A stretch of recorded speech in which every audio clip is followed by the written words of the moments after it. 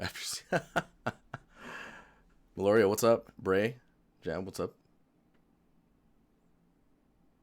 D-Zoned, how you doing? Okay, let's see. Let's see if I can get this volume working okay.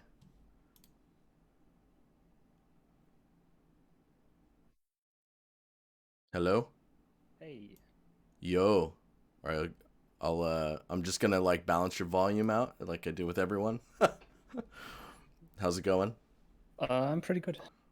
Nice. Okay. I'm going to switch to the actual screen of your work, your portfolio. I'm just gonna I don't know what I'm gonna do with my camera. Maybe I'll hide myself.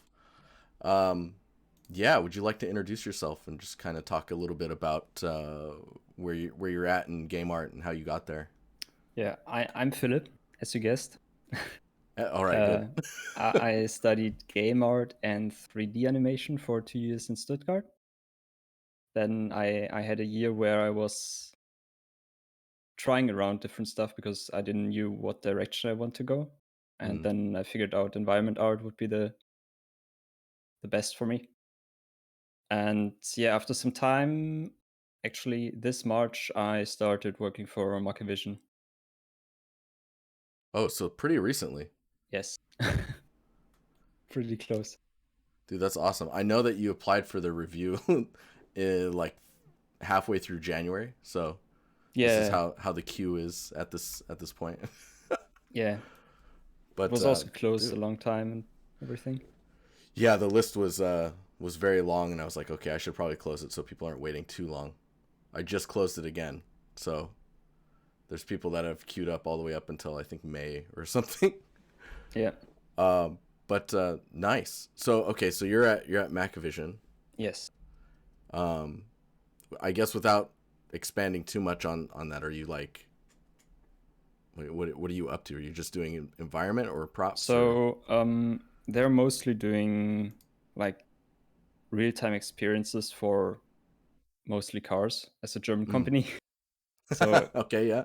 yeah, they also have a like side arm where they do stuff for Netflix and movies. But yeah, most their stuff is around cars. Right. Cool. So and I got promised I would do mostly environment art stuff there. Hmm. I will see how that will work out, but I think so. Cool. And yeah, just some real time applications around that. Nice. Oh, I'm just realizing I should link your portfolio in the chat. Um, but yeah, so you just started. And so when I look at your portfolio, it's a lot of stylized stuff. Or it's maybe about half. It's half stylized, and then there's some apartment, a New York apartment, and then it looks like some props, an environment, and then like a nanite lumen steady. Yeah. Um, do you know like where you want to be taking yourself? This is kind of a big question, but like, do you know what direction you want to head in, like with your skills and like where you want to progress? I'm definitely want to go more towards the realistic stuff. Mm-hmm. The stylized things like the tree and the sword are just some. The sword is a leftover from a project which doesn't fit in here in my portfolio anymore. Like for Mm-hmm. my final exam at the university, I did a character with animation and stuff, and the sword was part of the character, and I just thought I can put it in because the character Right. wasn't that good. And the palm tree I did for while searching and applying for jobs, so I just could show something stylized as well. Cool. Yeah, it's just trying to show you like how Yeah, flexible you can be. it's it's not a big project or anything. It was just learning a bit and yeah, showing different art styles. Mm. Yeah, it's cool. I always find it really interesting when people do stylized work, but then they're really heavy into to ZBrush. It's like when you were using ZBrush, is that like what was the reasoning for you to use ZBrush when you were working on this? Mm, actually, most stuff I did in Maya, just Yeah. modeling and then adding some finer details on it. Right. So it's just that extra little bit of sculpting Yeah, to like add like surface the information. all the normal map information in the end. Mm. Did you use normal maps on this, or did you use it to like help you texture it? Because like a lot of Mm, stylized stuff, you can use like the normal information that you bake to help you yeah, mask in a way yeah. I directionally. use that for some color variations and stuff. Cool. Yeah, I mean this is actually a really good like study on like just making something and not trying to like sure you have to learn some things when you are trying to do something like this for the first time, but I think Hmm. it's a really good study for like not having to overcommit yourself to a bunch of stuff and just trying to focus on some like key aspects that either you want to improve or that you just want to like create something and actually Yeah, have an easy time finishing it. That's the struggle I feel like everyone has is trying to finish something. It gets too big. yeah. Um, I know that. yeah. So with the sword, the thing I noticed was the roughness having the gray values in it, or the metallic map having gray values in it. And most of the time, I mean, maybe you know this now because this is 2 years old, right? Yeah. Um, a lot of the times we try and avoid uh, having any type of in between information, so you just want to have a black and white. Welcome, Sherman. Um, but yeah, I mean, it doesn't. The weapon itself doesn't actually look horrible. I think it looks pretty cool. Yeah, There's I also think mm, like I actually don't leave it there because the renders are quite good with the lighting and stuff. mm-hmm, But about this one and the apartment building, I'm not sure if I should keep it actually. right. Okay. Yeah. Because The in the terms only of thing I was gonna modeling and comment. Mhm. texturing, it's a bit behind the other, I think. Right. Yeah, we'll look at the building right after this one. It's just I think it was the roughness that was throwing me off. It was like trying to understand like the leather material and just getting the bands to highlight themselves. Hmm. And just what the roughness ended up being on the band, I think was what was throwing me off the most. Um, but yeah, let's look at the because I mean that's 2 years old, right? So it's kind of Yeah. weird to judge on that scale now. Oh, this is kind of cool with the sketching. Yeah, So I figured yeah, like when I was done, I figured out okay, it's looking a bit lonely, kind of, yeah, and I just went in and did this quick sketch around it for the main render. hmm yeah. That's a great way of presenting it actually, without having to like commit a bunch of time to trying to, trying to make it happen. Is so what was the goal with this one? This is only 10 months ago, so it's relatively Um, fresh. yeah, I tried to get into the modular building thing, Mm-hmm. and I just thought, okay, well, a building would be the best because you need to connect stuff there and yeah, understand the logic behind it. Mm-hmm. And actually, I think that was like 20% of the project was me looking at sketchings how I should do things. Yeah. In the end, I think like at mostly any aspects of my project, I'm already at points where I say, well, that's stupid how I did it. And especially there, because the whole modular thing, I tried to understand it, I tried to do it, but I think I didn't really did it the professional way, 100%, like you would do it for a game. It, Because there are a lot of yeah, individual textures which are just stupid to do. yeah. I mean, it's funny because the industry way is like streamlining to do like mass production, right? Yeah. So it can kind of differ a little bit when you're building it for your own, mainly because you didn't have to like if you built this the professional way, like I'll put quotes on that because it's not there isn't necessarily a Yeah. professional way, but then I guess you would have been able to generate the other buildings that you were sketching out here pretty easily if you had a like a big kit to work with, right? But I mean, this looks pretty cool to me. I don't know how you were setting up your like the spacing on the pieces. Let me see if if I scroll down enough. Okay, I can see the wall parts here. The way the brick is lined up, I guess between your modular parts, you were just like, is at the edge of the UV space and then it meets up at the next one, so it's always kind of seamless. Yeah, I think so. At the top and bottom parts, they're going over the UV space, or I think the top part is a bit smaller, so I use that for something else, I guess. Mm-hmm. But my biggest problem is with that I didn't use a lot tileable textures. I think just for the wall, but that's it. Right. Yeah. I mean, I don't know. Like, I don't know how much you can use tileable textures if you're doing, like, you could decal or like UV to like a normal sheet for this type of detail, and then the materials could be tiling. And then it's just a matter of like making masks to kind of break up stuff. And then geometry wise, it's just not being afraid to bevel. I don't know if you're beveling on the edges here because it looks pretty sharp, but it might just be the camera angle as well.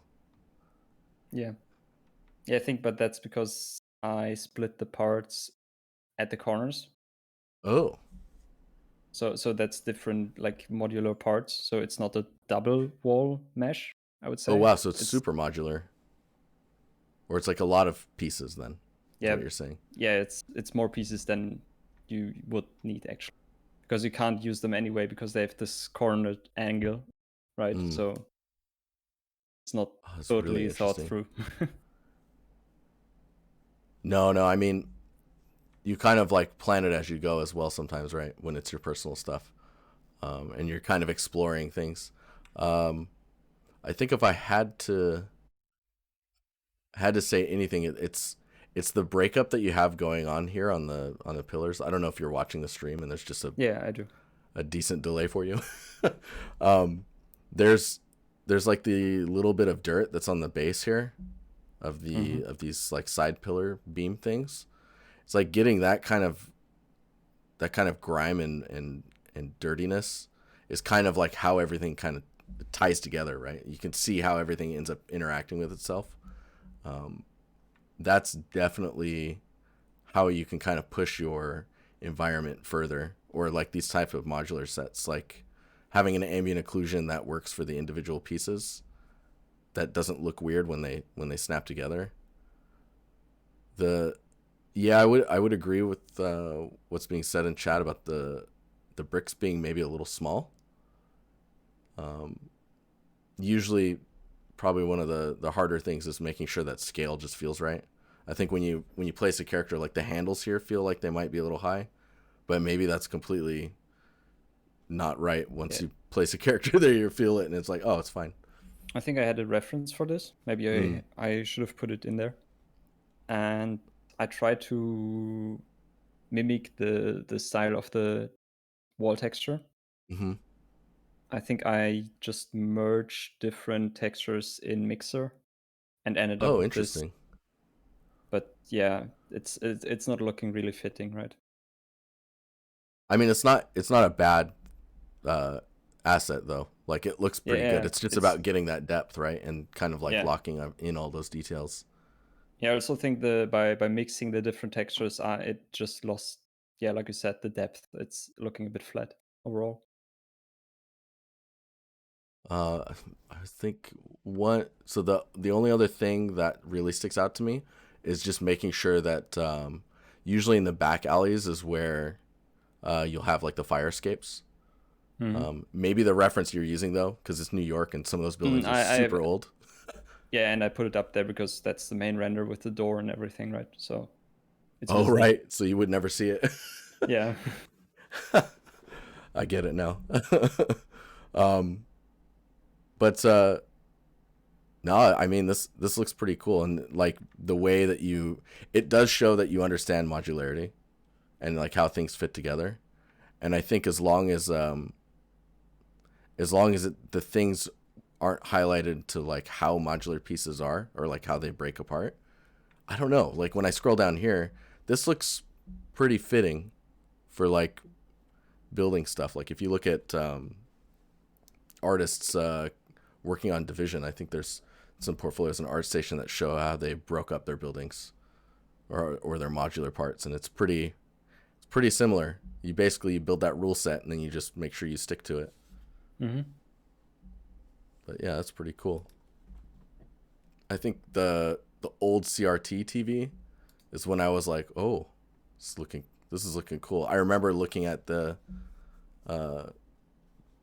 surface on the side of the TV and was like, yeah, dude. Oh yeah, I had getting this that in texture.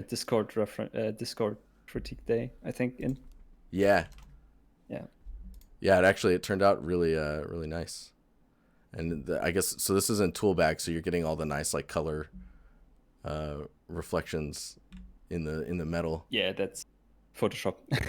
Oh, did you know? That's amazing. Oh, that's sneaky. I mean, it looks cool. Yeah, I got some reflections in there, but definitely not that bright and colorful. Yeah, so you just pumped it? Yeah. You just pumped it up? Dude, that's so funny. How did you go about doing that then? Did you just like isolate it, or did you literally paint and then like blend it? I think it was a mix. Sometimes I could just take the texture for the screen that I used there and just flipped it up and pushed it in place. And sometimes I just went in and colored like squares and blurred them a bit. Dude, that's so funny. I think when we look at the poly count, I don't know if there's a wireframe in here. Oh yeah, a little bit. It's pretty detailed, but I think because of what you're building and the camera angle that you were shooting for, it really had to like, that detail had to be there, geometry wise. So you were building to like maybe a like an in-game cinematic setting. Yeah. Where it's like assets are just going to be much more detailed and have a little extra geometry because they're close to the camera. Oh, and the little cactus there too. This is nice. Yeah, that's Mixer. Is it? Yeah. That's awesome. I mean, it works. Actually, I made the assets, like I didn't have the idea to make the whole assets and table thing, but I figured out while texturing and making first bakes or test baking that the TV shape is pretty boring to just look at. Yeah, it can be quite simple. And then I just built the whole thing around, and I had one idea after the other ones. So like, let's make a cup. Let's make a, I don't know, sheet. Let's make the disc, and I mean, grounding it is really good, and it adds more character to it and gives it kind of like a place instead of it just being just a prop on its own. The back is super reflective. I don't know if that's like, is that in the reference that you were using for the? I tried to get this roughed up plastic you have on some plastic parts like this. But yeah, that's one of the things I struggled. And what's the outside of the TV made out of? Do you know?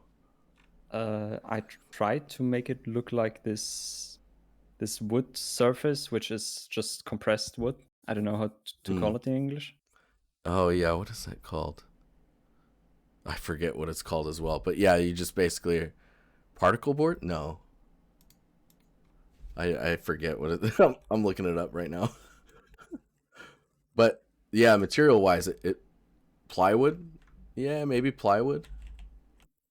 It'd be compressed together. It's usually a bunch of pieces and it's just smashed together and to make it work. So with that, you don't really see the wood grain in it. Like, and I guess when it's pressed together, the wood grain's going to be going in all types of directions, right? Yeah. Oh man, now I'm looking at a place that sells wood materials. But yeah, so this is 3 months ago, and your material understanding is definitely better. There's a whole lot of like work going into your roughness. It might be laminate, yeah, or like a veneer. It's probably a laminate, which is like really cheap fake wood. material. But yeah, I'm noticing there's a lot of information going on in your roughness. Like you're trying to tell a lot of stories. Like you can see where the fingerprints go and what areas get touched the most. It kind of gets a bit greasy. Mm. So it's a nice touch. It's just a matter of like localizing it enough so the surface is, because the surface right now feels super oily. Like there's a lot of just, I don't know, maybe it's really old. Like maybe it's super, super old. So I think adding a layer of dust could be quite interesting. Okay. I try to like get this look when you touch something a lot, so it's getting polished over and over, like the start button, the on off button. Yeah, right here. Yeah, it's kind of like the space bar in a keyboard, right? It just kind of Yeah. gets this weird smoothness to it. It's definitely, it's a nice touch. And like I always tell people that like when you're building an asset like this or any asset in PBR, everything goes into the roughness. And then very rarely it's really dependent on what it is when it shows up in the albedo. Dude, it's cool though. And then so we've got a Japanese grassland. Is this so this one's 5 months ago. So you actually put this one in front of your TV. Was there a reason for that? Is this like, are you I just just really think proud of it? it's more, I mean, it's more environment art, right? And less prop.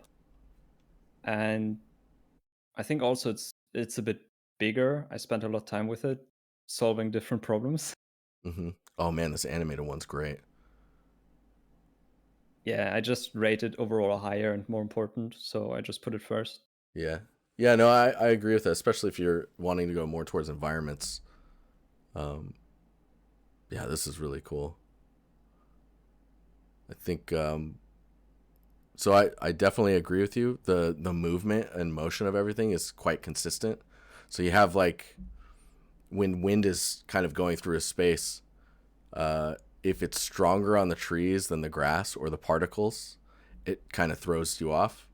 And it looks like you have a pretty natural understanding of like getting those to be quite balanced, because they all look like they're kind of moving at the same, or they're all being affected what looks like by the same wind speed.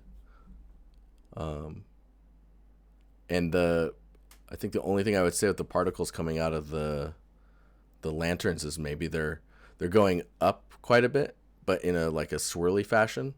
If they were more directional, like if they're all kind of flowing in like left and up, it kind of does it, but then it spins around. You know what I mean? Yeah. I think that would take it over the top. That'd be like that extra layer. Oh wow, you got the clouds shifting as well. I mean, maybe that's quite easy with the. Yeah, it's just I think there's It's really subtle too. a It's nice. free thing on the shop. Just a blueprint for Sky Sphere, and then pulling it Yeah, in and tweaking it right. it looks great though, and you have a really a good sense of distance. There's some land that's further back. I don't know if it's separated here, but it kind of looks like it's much further away. Yeah, it So is. compositionally, it's really nice. This is also really good. How much of this is a lot of this free assets and megascans? Everything except the gate on the hill. Oh, really? Yeah. Okay. I most of the time I don't read the so so forgive me if if you're stating that outright. Yeah, no problem. Yeah, maybe I should put it on the like icon, the main picture when you click on it. Oh, you mean here? Yeah, Yeah, the thumbnail. thumbnail. That's it. I forgot. um, I mean, I don't know if it needs to be in the thumbnail. It's just a matter of like making sure that you show off. Yeah, this is good. Showing off the part that you made. Man, this looks awesome. Is this the, you said you made this gate? Yeah. And is the materials like mixer work? Substance. Substance? And this looks really, really nice. There's a sense of like surface understanding in this one, I feel, versus the previous stuff. Yeah, but this scene's super, super nice. one thing I noticed, where is it at? Is it? I think there's a video. This video, the YouTube video. It looks like there's depth of field in that shot. Is there any of that in these? Doesn't. I have the same shot that's second picture, I think. Like you see on the thumbnail for the video. I'm gonna play this one and see the. Yeah, because there's some depth of field that's happening, and I notice your particles aren't blurring out. Like they don't get affected by the Yeah, DOF. that like I said, there were so many problems with this, like light flickering when I rendered it, and the particle system had errors where it was just weird. And Yeah. that was one thing where I said, okay, whatever. Yeah, you're like, screw just it. finish I'm gonna just keep going. Yeah. There is some value to having that ability to turn that off. Yeah, the blur is really nice. I know that I swear there's a checkbox in Niagara on a node for the particle that just tells it to accept to render before the depth of field. Okay. And then it just works. And I can't even remember it because I don't play with particles nearly enough to be able to confidently tell you where it's at. But I just remember it being quite easy to do.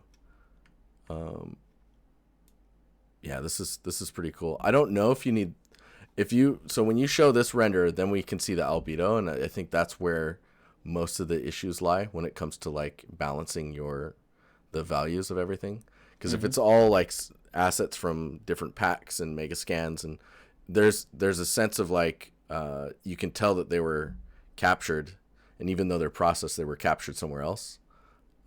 Being able to balance all these out so that they have the similar saturations and value will be really valuable to the final image. And I agree with Chad a bit with bringing this gate maybe a little higher up in the food chain of your pictures. Okay. Like maybe another yeah go ahead.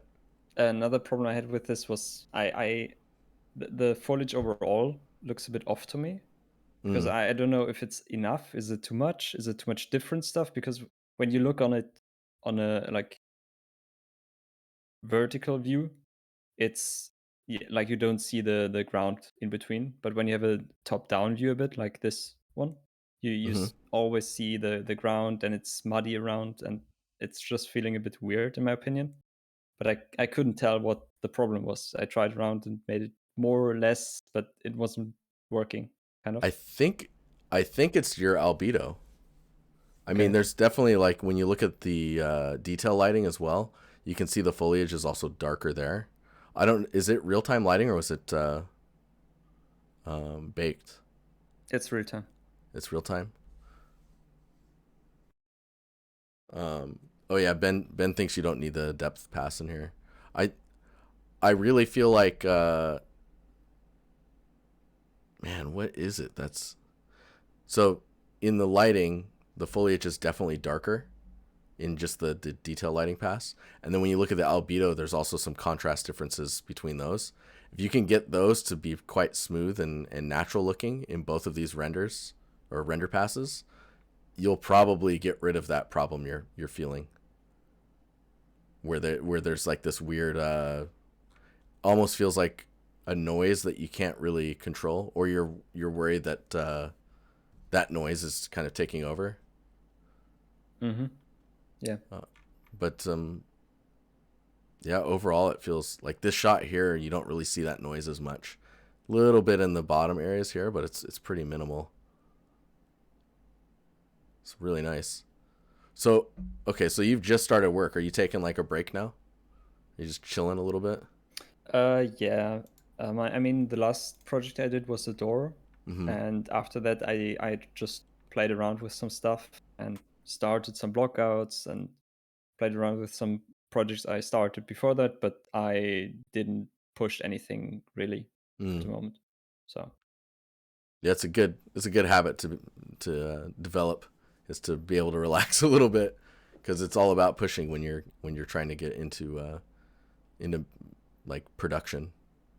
Yeah, I mean, I know when I will start something and get into it, I will do a lot stuff there, and yeah, just use a lot of my time for it. So I'm just trying to get some energy first again. Yeah. Now this door seems really cool. How was your feelings with Nanite? um, I yeah, it Yeah, was just with this one wall, so it's hard to get a conclusion out of it. But I think it was pretty nice. I mean, it's sad that I can't vertex paint on it, right? right. But I guess that will maybe come one day, hopefully. I And don't know. I have no idea. I wonder if like I'm just looking at this picture and it's just crazy that the left one is the reference. yeah, I think Yeah, it's quite nice to be able to do the nano thing. I just hope you can do both maybe one day. right. Is there can you not use decals on them? Or like projected You decals or can, anything like you that? can. Okay. When you go lower, you also see on the top left there's this like white leftover paint or something, which is decal Oh yeah, okay, yeah. on an albedo pass. Yeah. Interesting. Cool. Well, congrats on the job. Did you have any questions that you wanted me to answer before we jump over to the next call Um. is just me and me. So we Yeah. have a minute. Yeah. Just if I should take something out there, like the sword and the building, and maybe what I can push a bit more in my portfolio, which is underrepresented or I mean, if you want to be making environments and you don't want to push yourself too hard, you could probably make the main prop like you did here, which is the gate, and Mhm. then utilize everything that's kind of free for you to use to build around it, and just don't go too big, and Okay. you should be all right. Because I know Uh, there's the itch to build stuff, right? But then also like the urge to kind yeah, of chill. yeah, yeah. And another question: when I'm doing now mostly like real time, uh, what's it called? Like kind of real time production where you do stuff for cars, for example. In my case, Hmm. how can I stay ready for gamer jobs? Because when maybe some years or whenever I feel like, when I Hmm. go out there, there are a lot of jobs which require experience in games. Like, can I Right. do something for my portfolio or in my own time to keep up with this?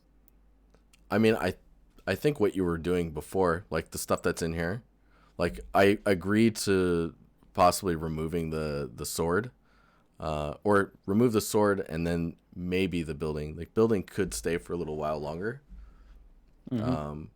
But I think just continuing on your passion to create stuff, Okay. that's real time in the engine, and just understanding like ways of building shaders that get you more detail for free or like easier, with less lifting. Like detail normals, for example, is one of those like really easy wins that doesn't require too much work. I think building some dioramas and just getting it running in Unreal is keeping you relevant enough, and everything Okay. that you learn and that helps you build faster is going to be Okay. worth it in the end.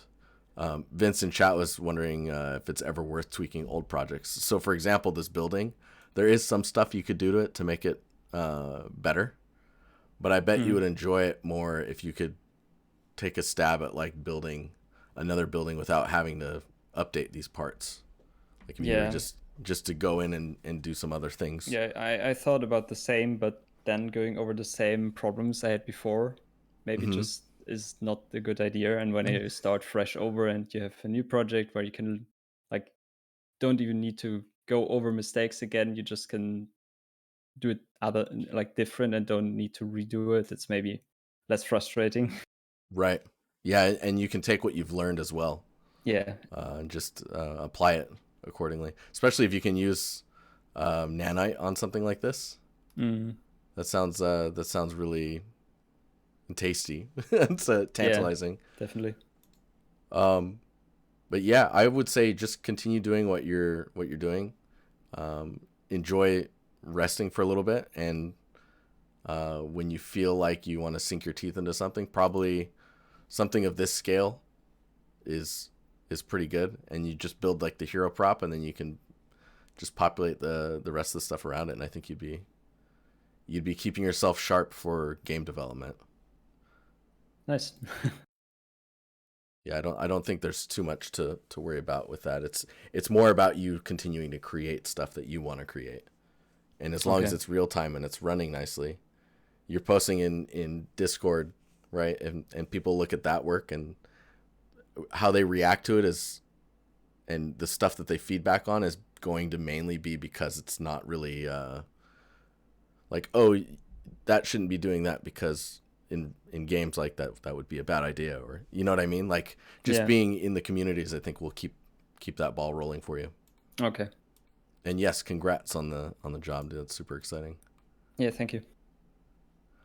But cool. Okay. Thanks for submitting your portfolio. Hopefully that was helpful. Yeah, thank you. Thank you very much. And it's good to chat with you. Yeah, Get was a nice. voice behind the name. But cool, man. I'll talk to you on the server then. Yeah, sure. All See you right. then. See you. Bye. Bye.